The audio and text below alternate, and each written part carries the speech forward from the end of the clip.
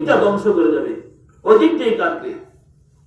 এই রমজান মাস মুমিনদের জন্য রহমতের, আর যারা এই রমজান মাস পাপিষ্ঠ পাপ করবে ফাসিক ফুজ্জারদের জন্য এই রমজান ওই জাহান্নামের যাওয়ার জন্য উপযুক্ত একটি মাস, জাহান্নামে যাওয়ার জন্য উপযুক্ত একটি মাস। রাসূল কারীম সাল্লাল্লাহু আলাইহি ওয়াসাল্লাম একদিন মসজিদের মিম্বারে উঠতেছিলেন। রাসূল কারীম সাল্লাল্লাহু আলাইহি ওয়াসাল্লাম যখন মিম্বারের প্রথম সিঁড়িতে পা রাখলেন তখন বললেন আমিন, যখন দ্বিতীয় সিঁড়িতে পা রাখলেন তখন বললেন আমিন, যখন তৃতীয় সিঁড়িতে পা রাখলেন তখন বললেন আমিন। কে বলছেন? নবী, সাইয়্যিদুল মুরসালিন, খাতামুন নবীন, জনাবে মুহাম্মদ সাল্লাল্লাহু আলাইহি ওয়াসাল্লাম। কেমন মানুষ! দুনিয়ার সর্বশ্রেষ্ঠ মানবের নাম হলো মুহাম্মদ সাল্লাল্লাহু আলাইহি ওয়াসাল্লাম, আখির নবী, সাইয়্যিদুল মুরসালিন, সকল নবীদের ইমাম। উনি বলছেন কি? আমিন। আমিন কেন বলছেন? নবীজি সাহাবীর অবস্থা বলেন, ইয়া রাসূলুল্লাহ, এরকম করতে তো আপনাকে কখনো দেখি নাই, এরকম করতে আপনাকে কখনো দেখি নাই, আপনি এরকম কেন করলেন?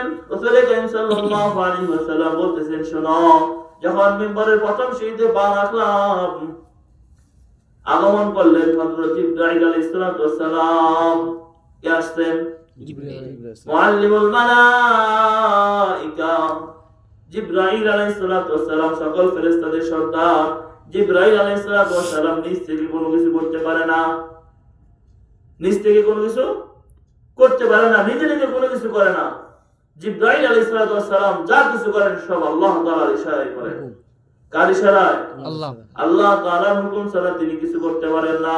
জিবরাইল আলাইহিস সালাতু ওয়াস সালাম আসলেন কোথায়? মসজিদে নববী। কোথায়? মসজিদে নববী, যেখানে এক রাকাত নামাজ পড়লে 50,000 রাকাতের সওয়াব। সুবহানাল্লাহ, আল্লাহু আকবার। এমন গুরুত্বপূর্ণ একটা জায়গাতে আগমন করছেন কে? জিবরাইল আলাইহিস সালাতু ওয়াস সালাম। রাসূল কারীম সাল্লাল্লাহু আলাইহি ওয়াসাল্লাম বলতেছেন, যখন মিম্বরের প্রথম সিঁড়িতে পা রাখলাম, জিবরাইল আলাইহিস সালাতু ওয়াস সালাম বললেন, যে ব্যক্তি রমজান মাস পাইলো, যে ব্যক্তি কি করলো? রমজান মাস পাইলো আর তার গুনাহগুলো maaf করাইতে পারলো না, সে ধ্বংস হয়ে যা। দোয়া করছেন কি? এই জিবরাইল আলাইহিস সালাতু ওয়াস সালাম। কে দোয়া করলেন? জিবরাইল আলাইহিস সালাতু ওয়াস সালাম। জিবরাইল আলাইহিস সালাতু ওয়াস সালাম নিজে নিজে দোয়া করতে পারেনি, কার হুকুমে করেন? আল্লাহর হুকুমে। আল্লাহর হুকুমে জিবরাইল দোয়া করলেন, যে ব্যক্তি রমজান মাস পাইলো আর গুনাহ maaf করাইতে পারলো না, সে যেন কি হয়ে যায়? দোয়াটা আমিন বললেন কে? বিশ্বনবী হযরত মুহাম্মদ সাল্লাল্লাহু আলাইহি ওয়াসাল্লাম বলছেন আমিন। মায়ের নবী, দয়ার নবী, তিনি কখনো উম্মতের জন্য বদদুয়া করতেন না। তায়েফের ময়দানে মার খাওয়ার পর উম্মতের জন্য বদদুয়া করে নাই। শিহাবে আবি তালিবের 3 বছর কারাবন্দী থাকার পরেও রাসূল কারীম সাল্লাল্লাহু আলাইহি ওয়াসাল্লাম কাফের বাহিনীর বিরুদ্ধে বদদুয়া করেন নাই। কিন্তু ওই সমস্ত মুমিনদের জন্য বদদুয়া করছেন, ওই সমস্ত ঈমানদারদের জন্য বদদুয়া করছেন যারা রমজান মাস পাইলো আর গুনাহ maaf করতে পারলো না, সে ধ্বংস হয়ে যাক। বলেন তো, দোয়া কবুল হইছে নি? এই দোয়া কবুল হইছে না সন্দেহ আছে? সন্দেহের কোনো সুযোগ নাই। জিবরাইল আলাইহিস সালাম দোয়া করছেন আর আমি বলছেন যে সাইয়্যিদুল মুরসালিন, আর জায়গাটা হলো কি? মসজিদে নববী। দ্বিতীয় সিঁড়িতে যখন পা রাখলেন, জিবরাইল আলাইহিস সালাম বদদুয়া করলেন, যে ব্যক্তির সামনে রাসূলের নাম শোনা, নাম নেওয়া হয়, আর যদি সে দুরূদ না পড়ে তাহলে সে ধ্বংস হয়ে যায়। সে কি হয়ে যায়? ধ্বংস হয়ে যায়। রাসূলের নাম শোনার পর সাথে সাথে কি করতে হবে? সাল্লাল্লাহু আলাইহি ওয়াসাল্লাম বলতে হবে। দুরূদ শরীফ পড়া ওয়াজিব। রাসূলের নাম শোনার পরে দুরূদ শরীফ পড়া কি ওয়াজিব? না পড়া গুনাহগার। কি গুনাহ? সগীরা গুনাহ, কবিরা গুনাহ, বড় গুনাহ, মহা অপরাধ। রাসূলের নাম শোনার পরে কাফের বেঈমান ছাড়া কোনো মুসলমান দুরূদ না পড়া থাকতে পারে না। রাসূলের নাম শোনার পরে দুরূদ তারা পড়বে না যারা রাসূলের দুশমন, যারা রাসূলকে মহব্বত করে না। আর যারা রাসূলকে মহব্বত করে ভালোবাসে তারা কখনো রাসূলের নাম শোনার পরে দুরূদ না পড়া থাকতে পারে না। যখন রাসূল করিম সাল্লাল্লাহু আলাইহি ওয়াসাল্লাম মিম্বরের তৃতীয় সিঁড়িতে পা রাখলেন, জিবরাইল আলাইহিস সালাম দোয়া করলেন যে ব্যক্তি তাদের পিতামাতা অথবা পিতামাতার কোন একজনকে পাইলো আর গুনাহ মাফ করতে পারলো না, সে যেন ধ্বংস হয়ে যায়, সে যেন ধ্বংস হয়ে যায়। তার মানে কি বোঝা গেল? বাবা মা হলো এমন এক জায়গা, বাবা মা হলো এমন এক জিনিস যে ব্যক্তির কাছে জান্নাত রক্ষিত, জান্নাত রক্ষিত। বাবা মা থাকলে থাকার পরেও যদি সে দুনিয়া থেকে জান্নাতের সার্টিফিকেট নিয়ে যেতে না পারে তাহলে সে ধ্বংস হয়ে যায়। রাসূল করিম সাল্লাল্লাহু আলাইহি ওয়াসাল্লাম আরেক জায়গায় বলেন, আল জান্নাতু তাহতা আকদামিল উম্মাহাত, বাবা মার পায়ের নিচে হলো সন্তানের জান্নাত, সন্তানের জান্নাত। আল্লাহ তাআলা পবিত্র কালামে বলেন, উফিল লাকুমা, তোমার কোন আচরণে যেন তারা উফ শব্দ বের না করে, কি না করে? উফ শব্দ বের না করে।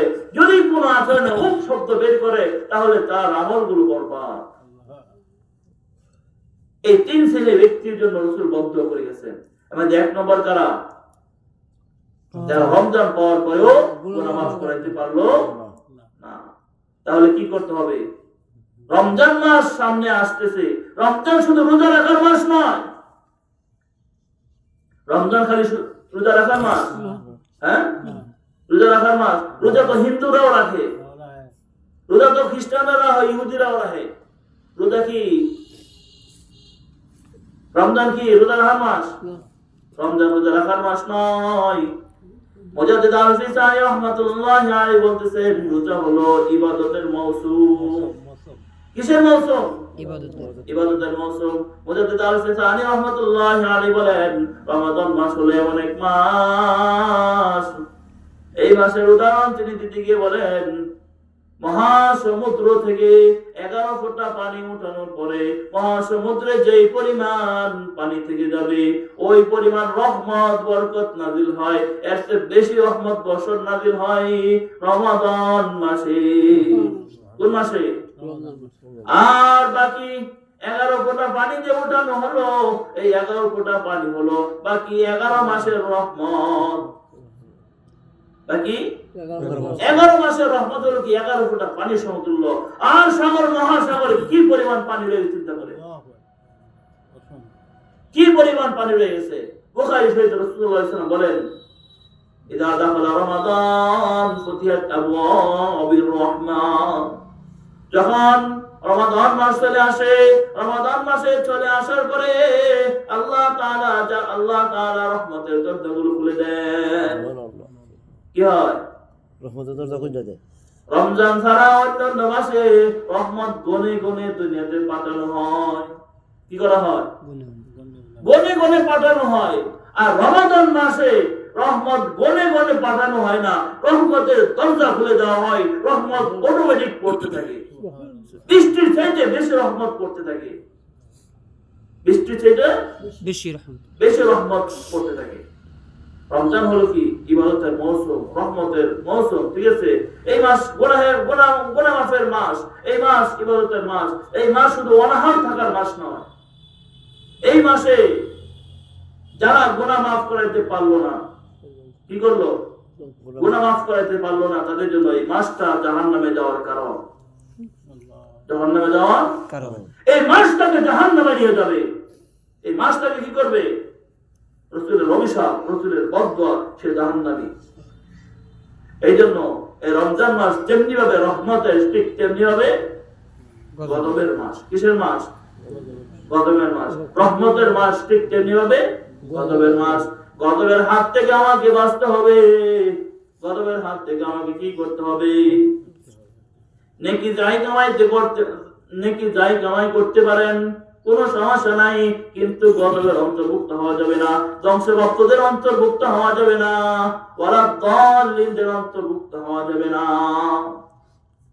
রমাদান মাসে যেন আমাদের জন্য রহমত শুরু হয়, গজবের না হয়, এই জন্য কিছু পরামর্শ দিয়ে গ্রহণ করবেন। এক নম্বর পরামর্শ হলো এই রমাদান মাস হলো কোরআন নাযিলের মাস। কিসের মাস? কোরআন নাযিলের মাস। রমাদান এত শ্রেষ্ঠ মাস হওয়ার পিছনে কারণ হলো এই মাসে আল্লাহ তাআলা পবিত্র কালাম নাযিল করছেন। কি নাযিল করছেন? কোরআন। রমাদান মাস শ্রেষ্ঠ হওয়ার পিছনে কারণ হলো কি? এই মাসে আল্লাহ তাআলা কোরআন নাযিল করছেন, এই জন্য রমাদান মাস শ্রেষ্ঠ মাস হয়ে গেছে। শাহরু রমাদান আল্লাযী উনজিলা ফীহিল কুরআন। কোরআন এমন এক আযীব বস্তুর নাম, এমন এক আযীব কিতাবের নাম, এমন এক আযীব গ্রন্থের নাম। এই কোরআন যার সাথে সম্পর্কিত হবে, যার সাথে কোরআন গিয়ে মিশবে, তার দাম বৃদ্ধি হয়ে যায়। তার দাম কি হয়ে যায়? বৃদ্ধি হয়ে যায়। রাসূল কারীম সাল্লাল্লাহু আলাইহি ওয়াসাল্লাম বলেন, খায়রুকুম মান তাআল্লামাল কুরআন ওয়া আল্লামা। কোরআন এমন এক জিনিস যে কোরআন শিখে এবং শেখায়, তারা হলো পৃথিবীর সর্বশ্রেষ্ঠ মানুষ। সর্বশ্রেষ্ঠ কোরআন যার সাথে সম্পর্কিত হবে, তার দাম আল্লাহ তাআলার কাছে অনেক বেশি হয়ে যায়। যেমন যে কোরআন যিনি বহন করছেন তার নাম কি? হযরত জিবরাইল আলাইহিস সালাম, যিনি বহন করে দুনিয়াতে নিয়ে আসছেন। কোরআন বহন করার কারণে জিবরাইল আলাইহিস সালাম হয়ে গেলেন মুআল্লিমুল মালায়েকা, সকল ফেরেশতাদের সর্দার হয়ে গেলেন। যে কোরআন রাসূলের উপর নাযিল হয়েছে, রাসূলের উপর নাযিল হওয়ার কারণে রাসূল হয়ে গেলেন সাইয়্যিদুল মুরসালিন, সকল নবীদের সর্দার। এই কোরআন যে রাত্রিতে নাযিল হয়েছে, ওই রাত্রি হলো কি? হাজার মাসের চাইতে শ্রেষ্ঠ মাস, শ্রেষ্ঠ রাত্রি, শবে কদর রাত্রি। ইন্না আনজালনাহু ফি লাইলাতুল কদর। যে রাত্রিতে আল্লাহ তাআলা কোরআন নাযিল করতেন, ওই রাত্রি মূল্য আল্লাহ তাআলার কাছে অনেক বেশি। ওই শবে কদরটা কোথায়? রমাদানের মধ্যে। যেহেতু রমাদানের মধ্যে আল্লাহ তাআলা কোরআন নাযিল করতেন, এই জন্য রমাদানের মর্যাদা আল্লাহ তাআলার কাছে অনেক বেশি। রমাদানের শ্রেষ্ঠ হওয়ার কারণ হলো কি? এই মাসে কোরআন নাযিল হয়েছে। এই মাসে কি হয়েছে? কোরআন নাযিল হয়েছে। এই জন্য রমাদান মাস যেহেতু আসতেছে, কোরআন নাযিলের মাস আসতেছে। কিসের মাস? কোরআন নাযিলের মাস আসতেছে। এই জন্য আমাকে প্রস্তুতি নিতে হবে। এই রমাদানের আমি যারা কোরআন পড়তে পারি না, তারা কোরআন শিখবো। কি করবো? কোরআন শিখবো। যদি কোরআন শিখতে পারেন, তাহলে রমাদান মাস আপনার জন্য রহমতের হবে, গজবের হবে না। কি হবে না? আর যারা পড়তে পারেন, তারা প্রতিদিন কমপক্ষে এক পারা করে পড়বেন। কয় পারা কইরা? এক পারা করে পড়বেন। প্রতিদিন যদি এক পারা করে পড়া হয়, তাহলে 30 দিনে 30 পারা, এক খতম। এক মাসে এক খতম হয়ে যাবে। এক মাসে এক খতম হয়ে যাবে। কমপক্ষে এক পারা পড়বেন।